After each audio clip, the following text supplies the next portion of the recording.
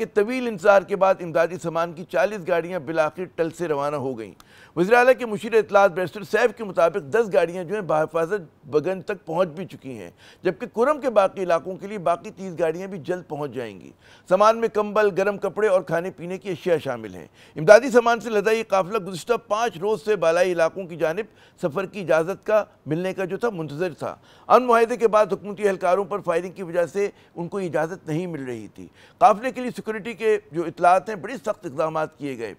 وہ جو علاقے میں کہتے ہیں کہ جی دفعہ 144 بھی جو ہے وہ نافذ رہی۔ ساتھ ہی ٹل اور پارا چنار شاہراہ پر اسلحہ تھامے فرنٹیئر کور اور پولیس کے اہلکار موجود تھے، جبکہ ہیلی کاپٹر بھی قافلے کی نگرانی کر رہے تھے۔ بیرسٹر صاحب کے مطابق حکومت اور علاقے کے جو عمائدین کے درمیان مذاکرات کامیاب ہونے کے بعد قافلے کی روانگی کا فیصلہ کیا گیا۔ تازہ ترین صورتحال پر بات کرنے کے لیے ہمارے ساتھ موجود ہیں آج نیوز کی بیورو چیف پشاور محترمہ فرزانہ علی صاحبہ۔ فرزانہ صاحبہ، سب سے پہلے تو یہ بتائیے کہ امدادی سامان کا جو قافلہ ہے وہ روانہ ہو گیا، یہ کیا اس بات کا اشارہ ہے کہ جو حالات ہیں وہ معمول پر آ رہے ہیں تیزی کے ساتھ؟ دیکھیں عامر صاحب، ایک تو شکریہ، اور دوسری بات یہ ہے کہ کسی بھی چیز کی میرے خیال میں جب ہم کرم کی بات کرتے ہیں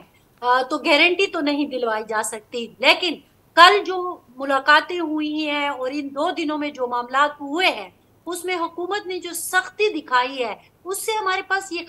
خبریں ضرور آ رہی ہیں کہ چیزوں کو تھوڑا سا مینج کرنے کی سختی سے کوشش کی گئی ہے۔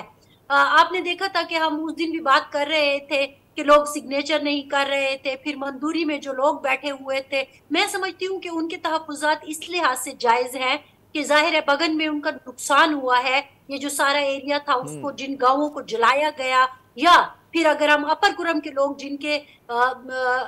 لوگوں کو قتل کیا گیا، وہ ساری چیزیں اپنی جگہ جائز ہیں اور ان کے تحفظات صحیح تھے۔ تو بہرحال اب بات جو ہے وہ بن گئی ہے۔ آپ نے اگر ویژول دیکھے ہوں تو جب اس جگہ پہ جہاں پہ کہ جو لوگ بیٹھے ہوئے تھے، ایک مظاہرہ کر کے تھوڑے سے لوگ تھے، دکھایا گیا ہے کہ کچھ ٹرک وہاں سے جب گزر رہے تھے تو وہ بڑے پرامن طریقے سے بیٹھے ہوئے تھے، اور وہ جو امدادی ٹرک ہیں یا پھر خردونوش کے ٹرک ہیں، یہ سارے کے سارے امدادی نہیں ہیں، کچھ لوگوں کے اپنی ہی تجارت کے بھی ٹرک ہیں، تو وہ جب گزر رہے تو وہ بڑا ایک پرامن سا ماحول تھا۔ اگرچہ سیکیورٹی انتہائی ہائی الرٹ تھی، لیکن امن کمیٹیوں کے لوگوں کو، عمائدین کو جب آپ ایک واک دے دیتے ہیں کہ بھائی اب آپ ذمہ دار ہوں گے، اگرچہ اس کو اگر میں تھوڑا سا پہلے لے جاؤں تو پھر آپ کہیں گے کہ وہی پھر علاقائی امن کی باتیں ہو گئی، تو پھر ضم کیا ہوا اور پاکستان کا آئین، لیکن کیا کریں کہ فی الحال ہمیں یہی کرنا ہے، علاقائی ذمہ داری دی گئی ہے اور علاقائی ذمہ داری کے تحت چیز جو ہے آپ نے شروع میں یہ کہا فرزانہ صاحبہ، آپ نے شروع میں کہا کہ اس مرتبہ حکومت نے ذرا سختی سے پیش آئی، سخت اقدامات کیے، تو اس کو ذرا سا ہمیں بتائیں کہ کیا سخت اقدامات، جب امن معاہدہ کیا چیزیں وہ نہیں کر پائی تھی جو اس مرتبہ کی اس آپ دیکھیں کہ کرفیو لگایا گیا، 114 لگائی گئی، جنہوں نے خلاف ورزی کی ان کو گرفتار کیا گیا، کچھ لوگوں کو حراست میں لیا گیا۔ میں اس لیے گرفتار اور حراست کی بات علیحدہ کر رہی ہوں کہ جو ظاہر ہے عمائدین تھے جنہوں نے کچھ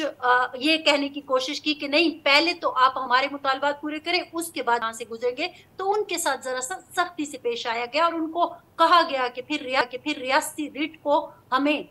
قائم کرنا بھی آتا ہے۔ تو ظاہر ہے، لیکن ساتھ ہی ساتھ مذاکرات بھی ہوئے، لوگوں کو بٹھایا گیا، ان کو سمجھایا گیا کہ بالکل آپ کا جو نقصان ہوا ہے اس کو کمپنسیٹ کیا جائے گا، آپ بیٹھیں اپنا احتجاج کریں لیکن راستہ نہیں روکیں گے آپ۔ اچھا، مجھے آخر میں جاتے یہ بتائیے کہ کیا کمپنسیشن جو ہے اس کا اس وقت طے نہیں ہوا تھا جب امن معاہدہ ہوا تھا، کیا اس مرتبہ کمپنسیشن طے ہو گیا؟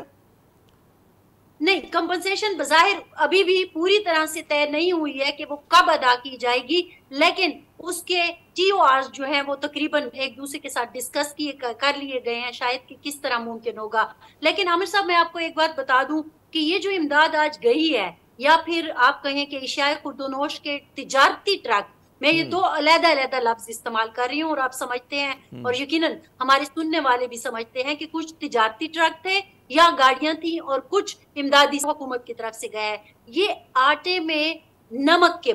برابر ہے۔ وہ کرم، وہ پڑا چنار اور وہ اپر کرم جو کہ آپ کہیں کہ 93 94 94 93 دنوں سے ایک محصور کیفیت میں تھا، ادھر ساری مارکیٹیں خالی ہو گئی، ان سب کے لیے یہ امداد اگرچہ بہت کم ہے، ہاں اس کا وہ کہتے ہیں نا اونٹ کے منہ میں زیرہ ہے، ظاہر ہے کہ اتنے دنوں سے اگر سامان نہیں بالکل پہنچا ہے تو بات نہیں بنے گی۔ شکریہ فرزانہ صاحبہ، آپ نے جو ہے ہمیں وقت دیا۔